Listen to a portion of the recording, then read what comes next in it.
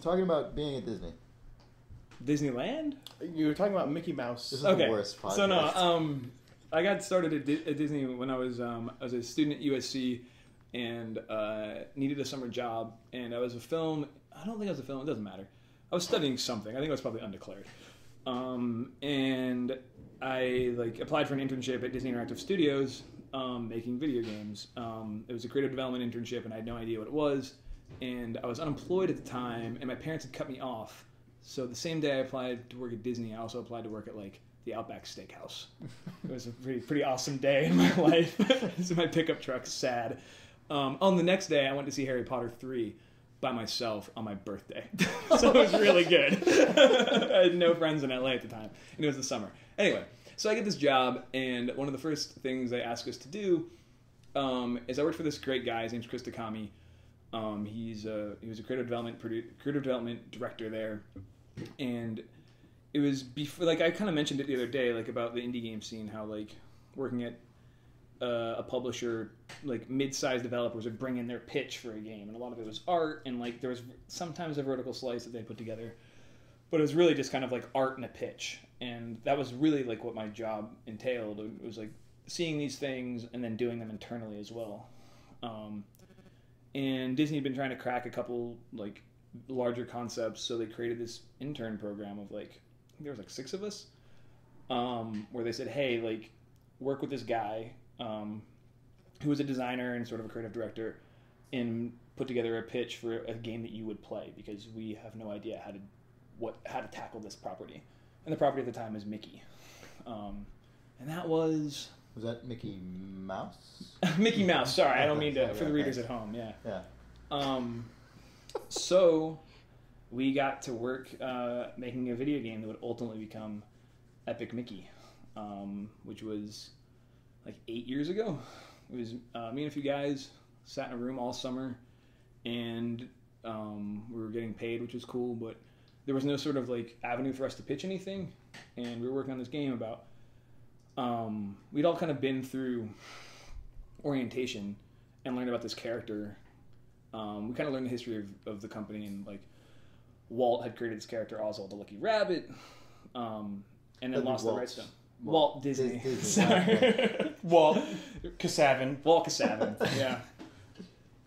yeah. He created this character, Oswald the Lucky Rabbit, and we always thought the character was really cool, but he had lost the rights to Universal. So he changed the ears on him and turned him into Mickey Mouse. And that's how Mickey was invented. So we're oh, well, that's the game. The game is this pissed off rabbit, or the idea of this a character, marginalized. Yeah, a character going away for 80 years and just watching, essentially a carbon copy of himself become the most prolific 2D character of all time. I'm trying to think what year it was. It was right around when we were invading Iraq. So 2002? Yeah, 2003, yeah. And I remember seeing a kid in Baghdad in a Mickey Mouse t-shirt. And that was and I was working on Mickey at the time. Right. I was Jesus. Yeah. He just kind of there's no corner of the planet. Right. It doesn't. So it's that all kind of fed into the fact about this little pissed off rabbit. And sort of how powerful of a character that could be. Yeah. There's no other character that's just Bowser hasn't literally been sitting on the shelf for 80 years. There has been no character that's just been in a time capsule. And we put together some art, and we thought it was really cool, and we would close the door and have this little clubhouse atmosphere. And then the VP of Human Resources came in, and I was like, "What are you guys working on in here? You guys are getting paid, right?" And we're like, "Yeah." And I stood up, I was and showed him the thing. And 2 days later, we were pitching it to the president of Disney Interactive Studios. It was Buena Vista Games at the time. And, I never left working at Disney. And we pitched it all summer. And then they brought in, Bob Iger, who is the CEO of the Walt Disney Company, and, let us pitch it. And I had to, skip a history final at USC to do it. and we built a prototype. And we worked on the game for 2 years. And then... it had nowhere to go. We had a developer lined up and it fell through, and then the game was kind of rolling around. The whole management structure at Disney changed, and they were we're getting this game made. And then enter stage left Warren Spector, and then you have Epic Mickey shortly thereafter. But I love that you secretly fucking invented Epic Mickey. the weird thing is that the summer after, we just pitched it to Bob Iger, and it wasn't. I had the best boss on the planet. This guy was just like I was 20 to put like a 20-year-old kid in front of the CEO of the Walt Disney Company and be like, hey, pitch this thing.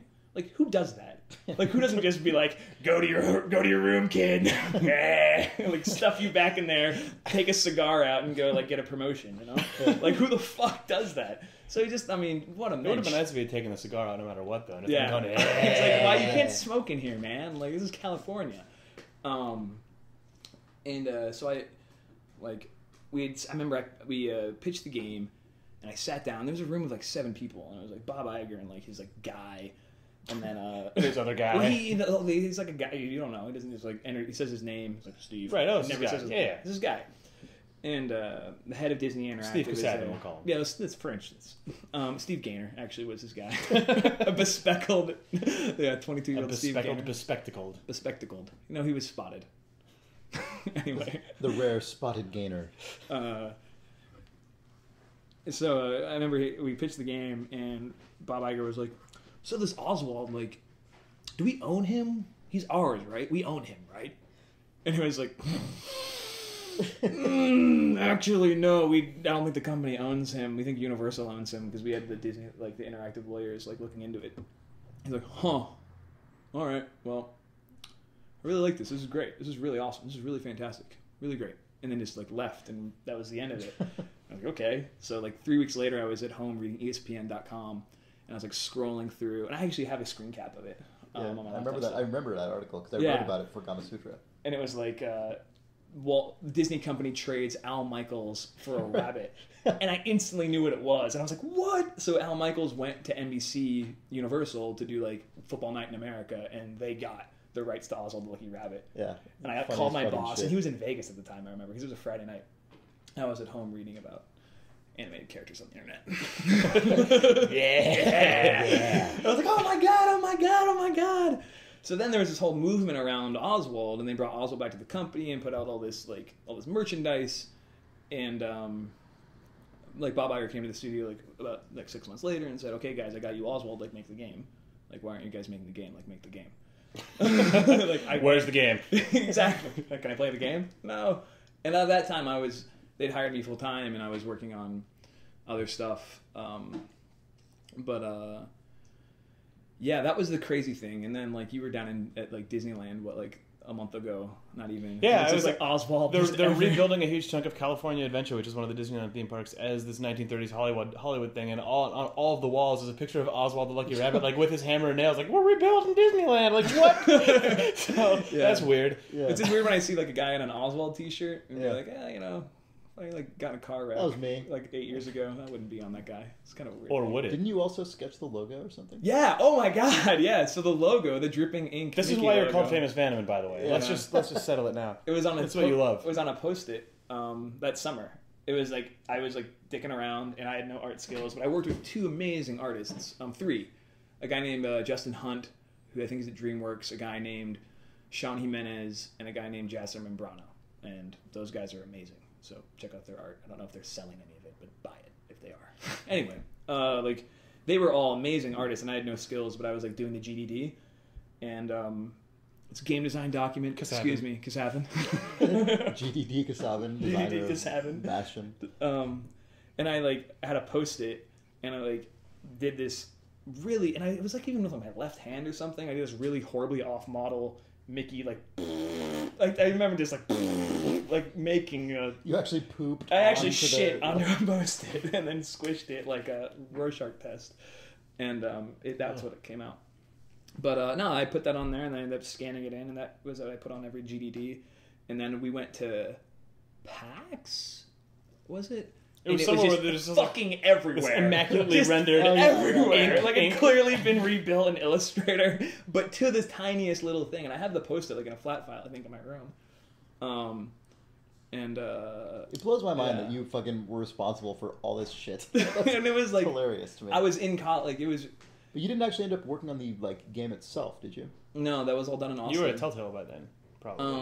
Or yeah, they reasonably- started and they were all in pre-production, and then I came to Telltale.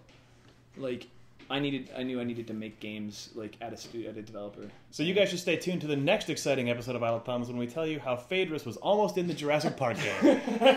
Video game.